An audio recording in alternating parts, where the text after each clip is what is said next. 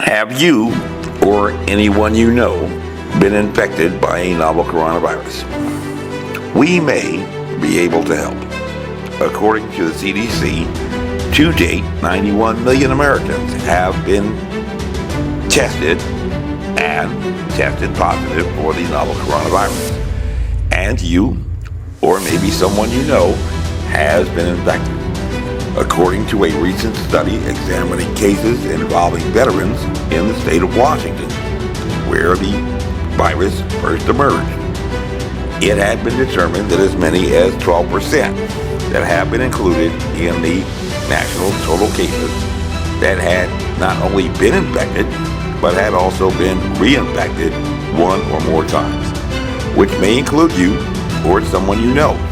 And this recent finding directly contradicts claims of developing natural immunity.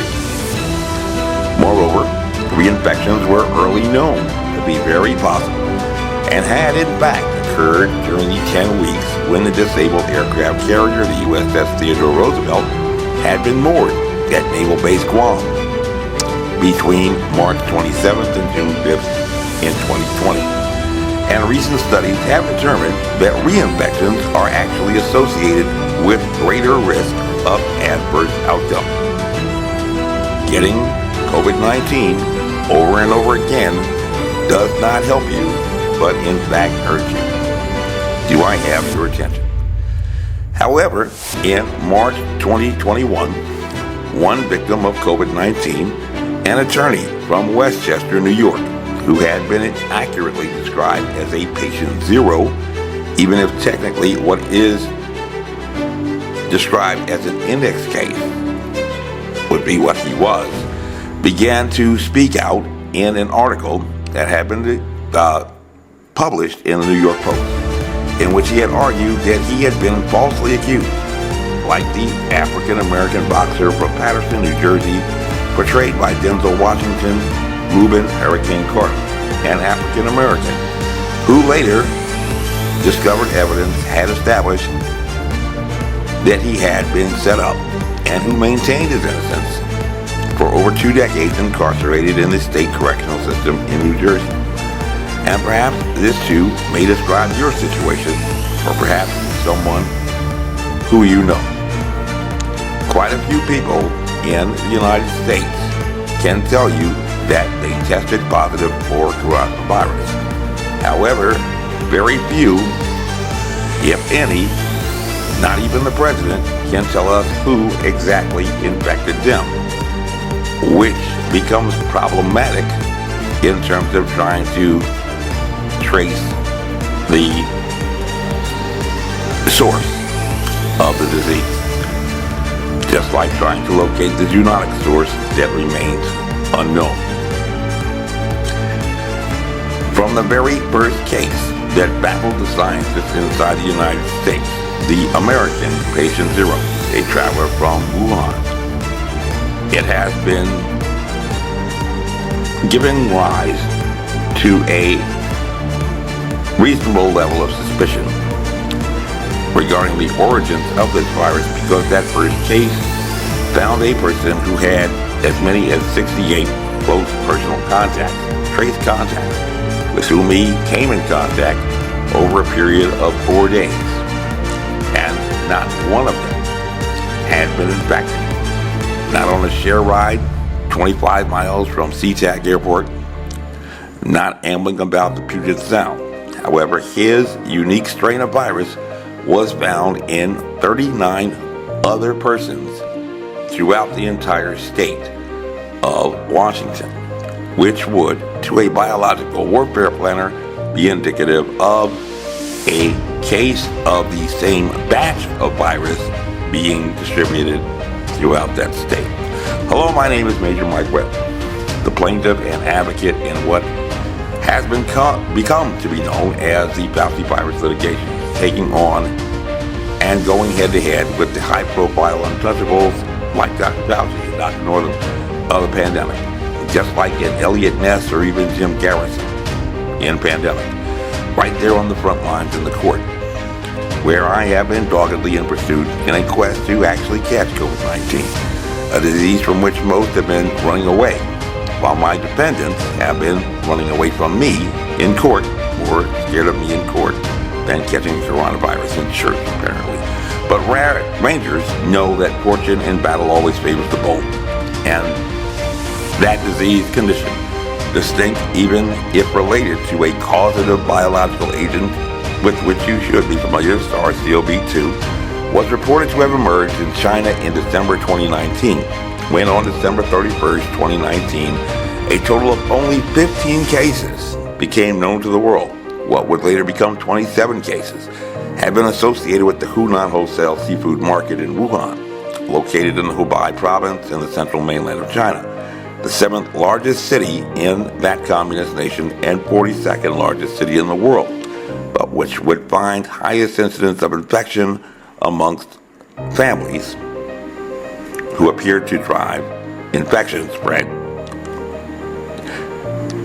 which would tend to reject any idea in terms of locking down and placing people together, but also which happen to be farming families in what was the largest city in the central mainland. And also the coincidental political opposition that has occurred aboard the Diamond Princess, where American passengers and crew appeared to experience the most infections on a cruise ship sailing out of Yokohama, Japan.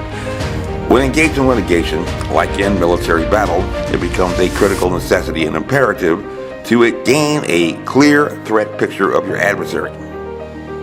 You can't shoot what you cannot see, which is the job of intelligence in the military, aiding in target acquisition, and also particularly when bringing a facial or as-applied challenge against a government regulation, because under what attorneys describe as the Burns Doctrine, as long as the government can present even a debatable justification for its actions, a plaintiff will lose in court every time. If it's a tie, you lose. This was the rule of the courts in a 1984 case, Chevron USA v. Natural Resources Defense Council, and that was basically the rule that was stated in what is often described as the popular smallpox vaccine case Jacobson v. Massachusetts. And in courts, if you don't know the rules, more likely than not, like when facing off against an adversary you don't know anything about, you will lose. It's like a science. As Sun Tzu says, general who plans much will always prevail over the general who plans little. And God help the general who plans not at all. Recently, I had elected to intervene in the litigation against the vaccines mandates by the U.S. Navy SEALs in Fort Worth, Texas, and have been described by that court as more of a litigation hobbyist, which is not entirely inaccurate because, in full disclosure, I am not even an attorney. Never have been an attorney. Never completed a law degree, never obtained a license. However, I had been trained as a childhood protege to one of the best litigators, Raymond Brown, often known as the Black F. Lee Bailey, long before Johnny Cochran, and a legendary civil rights and criminal defense attorney who had represented high-profile clients like Reuben Hurricane Carter, portrayed by Denzel Washington in the movie Hurricane, and Camden, New Jersey Mayor and State Senator Angelo Ericetti, who was portrayed by Jeremy Renner in the movie American Hustle, the story of the FBI sting known to many as Abscale. However, in a once-in-a-lifetime pandemic, you need far more than just a good attorney, especially when dealing with what has often been described as evolving science, a popular term that quite evidently performs well in focus groups, which is often used in marketing. But if you are familiar with the scientific method, actually contravenes any notion of science and the scientific method in which reproducibility and replicability are the hallmarks and goals of the scientific discipline, with an ultimate goal to develop unified theories that resolve all anomalies that have in the past given rise to paradigmatic shifts or scientific revolutions, some with which you may be a little familiar, as in the scientific revolution that permitted Einstein's relativity theories to be reconciled with the Newtonian notions of conservation of matter and energy.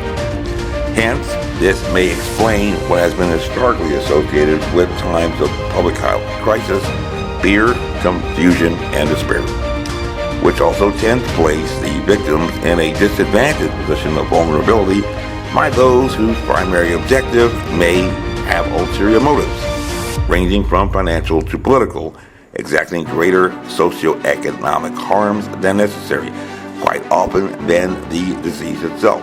And after over 2 years, many policies that have been enacted, like the lockdowns, recently determined to be wholly ineffective by a recent study at Johns Hopkins University, reiterating actually guidance from in the past. And now even Dr. Anthony Fauci concedes the ineffectiveness of non-medical grade facial coverings for respiratory protection, a position that he had taken before the pandemic, just as many scientists had taken before the pandemic, but which now he is ready to return to what had been established before, but which have exacted an unnecessary cost on persons and businesses, to include losses in time with family and friends, closed businesses, missed schools and education, and missed opportunities. And on the first anniversary of the pandemic declaration, when there were over 527,000 fatalities in the United States, more fatalities than both world wars, the conflict in Southeast Asia, and the terror attacks on 9/11, every American lost something, even if that loss was different. And at least General George Patton believed that Americans like a winner, and real Americans love to fight. So we have been fighting and will continue to fight through to the end of this pandemic, which even the World Health Organization had stated just before the declaration of the pandemic would actually be resolved without pharmacological intervention, indicating perhaps something other than what was heard. If in fact you or someone you know has been infected, what you may or may not know about a novel coronavirus is that a robust examination by the World Health Organization in February 2021 of influenza-like illness, or ILI, and acute respiratory infection, or ARI, data going all the way back to September 2019 had determined that the first confirmed case involving this febrile infection that gave rise to a pneumonia of unknown etiology had occurred on December 8, 2020, the feast day of the Immaculate Conception, and with no connection to the wholesale seafood market in Wuhan, tending to discredit claims that the virus had found a zoonotic evolution origin at that location, but also that global study had determined that samples of the novel coronavirus had been discovered in sewage samples in Barcelona, Spain, as early as March 2019, 9 months before the recognized emergence of COVID-19, and on an entirely different continent. This is important information for you, particularly if you or someone you know has been infected. A lot of evidence establishes that the novel coronavirus did not, as claimed, emerge at the Hunan wholesale seafood market, a venue the size of 9 American football fields, with only a total of 27 cases alleged to have set off a global public health crisis. And certainly that did set off world headline news. And particularly if you or someone who you know had been reinfected between the first reports of the novel coronavirus in the United States and the announcement of the American Rescue Plan on the anniversary of the WHO pandemic declaration, when over 500,000 American lives had been lost. Critical epidemiological metrics that had been early determined should be of some great concern to you. First, as early as late January to late February 2020, it had been determined that the novel coronavirus had possessed what is described by microbiologists and virologists as an ophidian, or snake codon usage bias. And this is what they would describe as a chimeric departure from nature. Different animals joined together. Because coronaviruses exclusively affect over 3,000 species of mammals and over 3,000 species of birds, but not snakes, which would tend strongly to suggest that the novel coronavirus was not a product of nature, as some have claimed, but rather had been manipulated in a laboratory.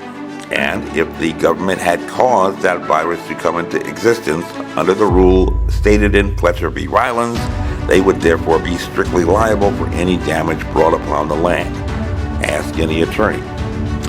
Why would people be inclined to deny that the virus had been created?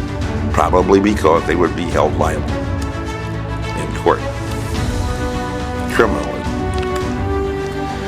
Second, by late February, after a robust examination of 55,924 laboratory-confirmed cases in China, which would be 19 times more cases than had yet been reported in the United States by mid-March, and almost one case for every licensed and practicing physician in the nation, 1,800 teams of at least 5 epidemiologists had performed a critical case identification function that had largely been neglected in the United States, even with the guidance of the esteemed, trusted voice of Dr. Anthony Fauci.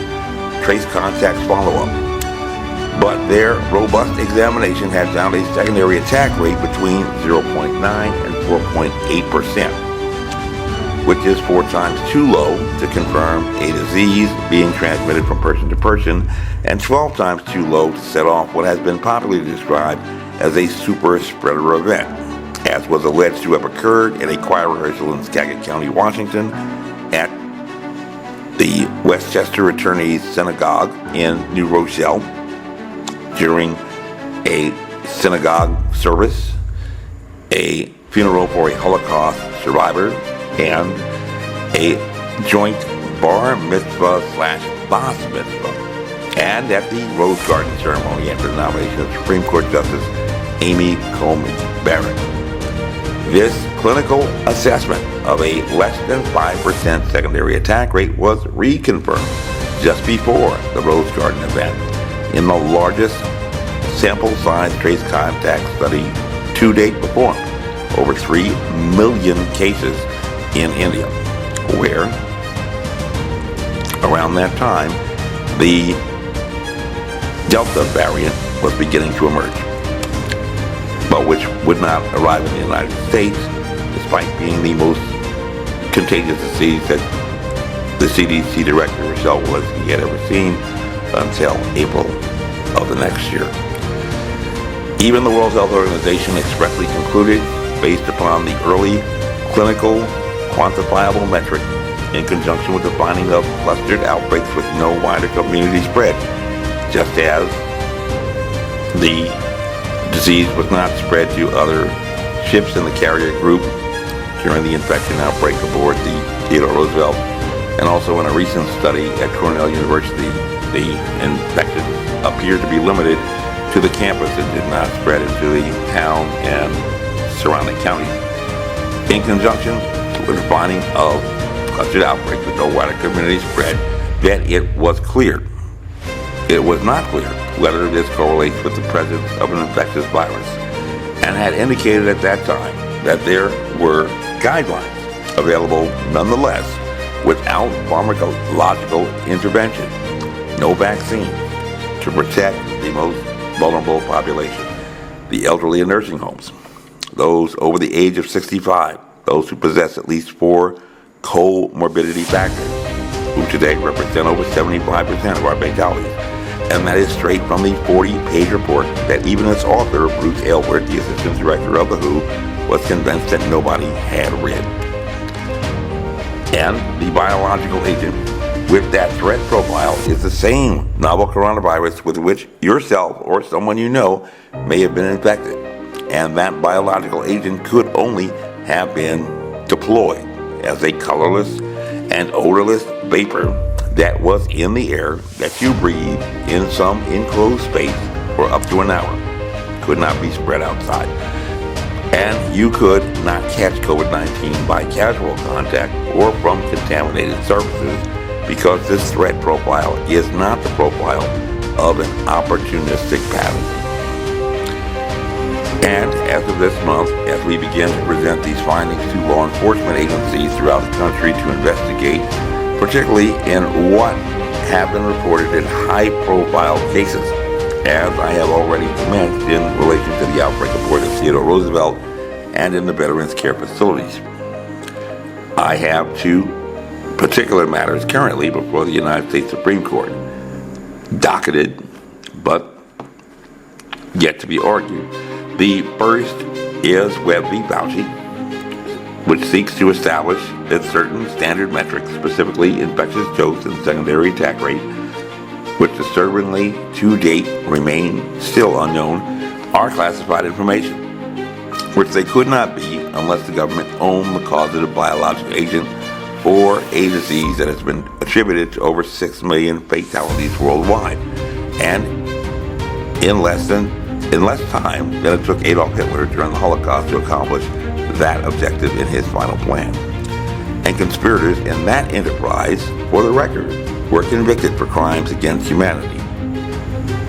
Second, to resolve any and all ambiguity, in March I had elected to intervene in the Navy SEALs case and have presented that matter on the shadow docket in an application for prejudgment declaratory relief from the government that it, in fact, in a clear and definite statement, owns the novel coronavirus with which you may have been infected or even reinfected, or someone you know, but definitely incurred some loss to the government mandates that arose in response to what amounts to a manufactured crisis in which even the president has conceded on the first anniversary of the pandemic all have suffered some loss.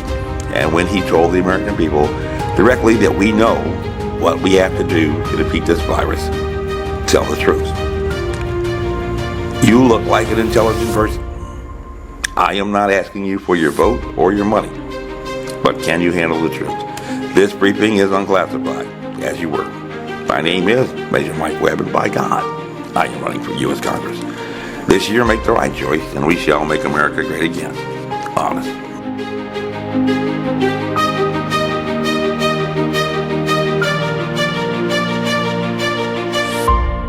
This advertisement was authorized by Mike Webb.